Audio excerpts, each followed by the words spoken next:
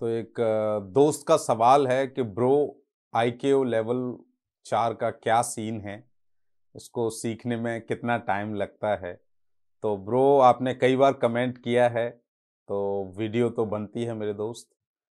तो ये जो आईक्यू लेवल है ये आपके इंग्लिश होता क्या था, मैं थोड़ा सा इसके बारे में हिस्ट्री में एक दो लाइन बताना चाहूँगा कि पहले क्या हुआ करता था कि पायलट बनने के बाद यहाँ पर चलो यूएस में, यूके में, इंडिया में भी हम इस चीज़ का ध्यान रखते हैं, लेकिन कई कंट्रीज में क्या हुआ कि वो लोकल लैंग्वेज में ही अपनी बातचीत करना शुरू कर देते थे।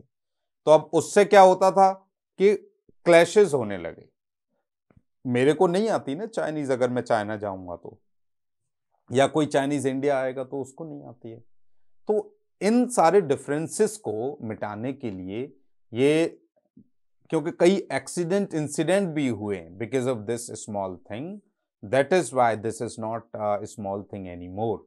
तो आईक्यू ने ये डिसाइड किया कि भाई अब आपका इंग्लिश का एग्जाम जो आपके नॉन, जिसकी नेटिव लैंग्वेज, जिसकी मदर टंग इंग्लिश नहीं है, वहां आपको आईक्यू का लेवल एग्जाम देना पड़ेगा। तो ईएलपी बोलते हैं इसको, इंग्लिश लैंग्वेज प्रोफिशिएंसी टेस्ट। इसमें आपकी इंग्लिश चेक की जाती है, डिफरेंट सिचुएशंस में आपको डाला जाता है, आपसे बेसिक्स पूछे जाते हैं, जैसे A as an alpha, B as an bravo, C as an Charlie and on.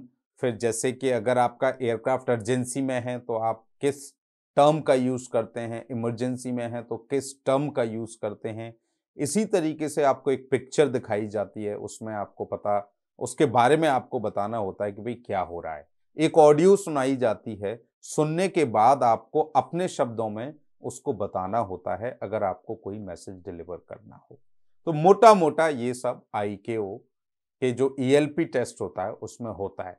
फिर आपकी इंग्लिश के हिसाब से आपको लेवल दिया जाता है। लेवल 4 सबसे कम होता है, जैसे 3, 2, 1 भी हैं, लेकिन आपको एक पायलट बनने के लिए कम से कम लेवल 4 स्कोर करना ही पड़ेगा, then only you can become a pilot. Otherwise आपको दोबारा से तैयारी करनी पड़ेगी, फिर से एग्जाम देना पड़ेगा।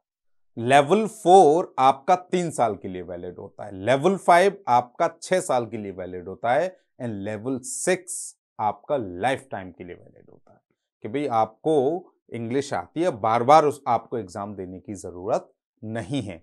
अब क्या है, रूल बना दिया है कि लेवल 6 मिलेगा ही तब जब आप कैप्टन होंगे। अनटिल और unless you are not a captain, आपको अब लेवल 6 नहीं मिलेगा, पहले मिल जाया करता था किसी जमाने में। तो दोस्त, मेरा जो अब बताने का ये है कि जैसे अगर आप फ्रेशर हो और किसी का एक और क्वेश्चन था इसमें कि फ्लाइंग ट्रेनिंग इंस्टीट्यूट में क्या हमें ये इंग्लिश लैंग्वेज प्रोफिशिएंसी टेस्ट की ट्रेनिंग मिलती है। तो ये डिपेंड करता है, अगर उस फ्लाइंग क्लब में सेटअप है, एग्जामिनर्स हैं, तो मिल सकता है, और हो सकता है आपको उस फ्लाइंग क्लब में ईएलपी की सुविधा ना हो। तो आपको जो डीजीसी के अप्रूव्ड फ्लाइंग क्लब हैं या अप्रूव्ड एग्जामिनर हैं जो कि ईएलपी टेस्ट कंडक्ट कर सकते हैं, आपको उन्हीं के अंडर में ट्रेनिंग लेनी पड़ेगी। 10 से 15 दिन की ट्रेनिंग होती है, फिर आप एग्जाम दे सकते हो। आपको रिकॉर्डिंग रहता है, कैमरे के सामने आपका इंटरव्यू होता है। जो भी 3 लोग पैनल में बैठते हैं, एक ऑपरेशन से रहते हैं, एक एटीसी से रहते हैं, और एक इंग्लिश एक्सपर्ट रहते हैं। तो इन 3 लोगों का पैनल आपका इस टेस्ट को लेता है और एंड में आपको अकॉर्डिंग टू योर परफॉर्मेंस आपको लेवल देता है। तो आई होप ब्रो मैंने आपके सवाल का जवाब दे दिया है, लेकिन अगर फिर भी कोई दिमाग में हलचल है इसके ईएलपी टेस्ट के रिगार्डिंग या आईक्यू लेवल 4 के रिगार्डिंग, तो you can connect me on Instagram my friend. I would love to help you to answer your question. See you in cockpit soon. Thank you so much. Your Captain P. Kumar.